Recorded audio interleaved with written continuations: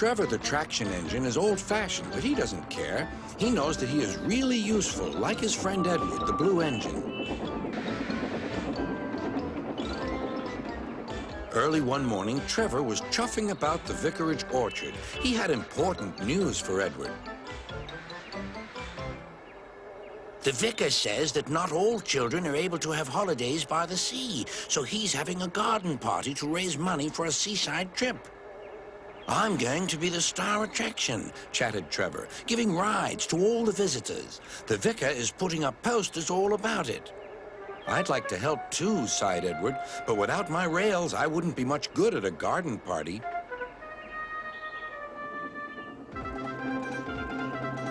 It was a beautiful day, but Edward was worried. I wish there was something I could do for the party, he said. I'd like to be helpful, like Trevor. Edward's driver laughed. You're helpful in your own way, and that's on the railway.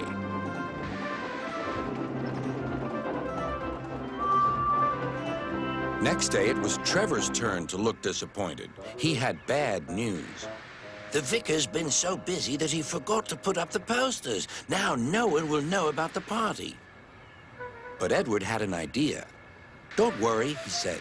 Everything is going to be all right. Then he explained to his driver. The vicar can paste his posters on my cab and coaches, so wherever I go, they'll go too. Well done, Edward, said his driver. I'm sure Sir Topham Hatt will agree.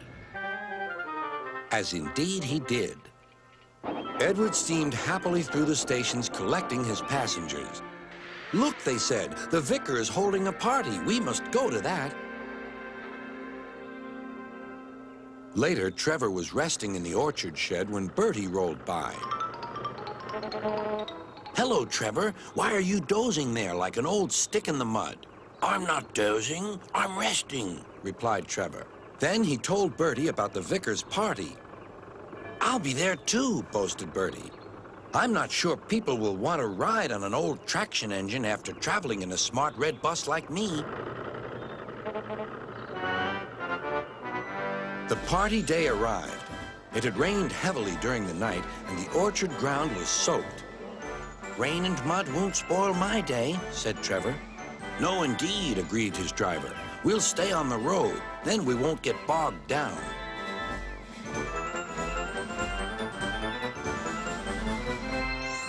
Trevor was soon busy trundling up and down the quiet country lane, carrying lots of laughing children.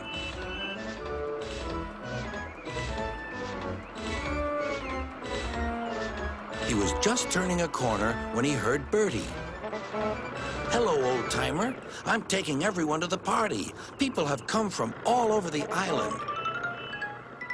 Trevor gave Bertie a cheerful whistle and turned back toward the orchard. Then there was trouble.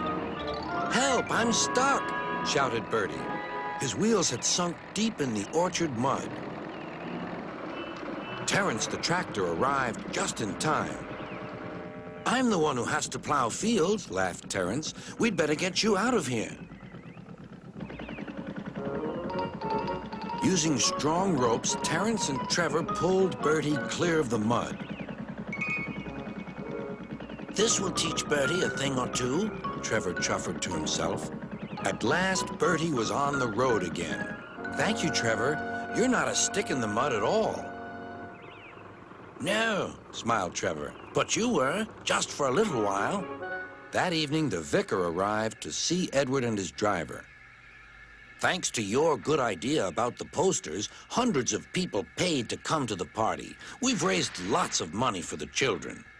Edward was very pleased, and Trevor fell happily asleep thinking of all the children who would now get to the seaside at last.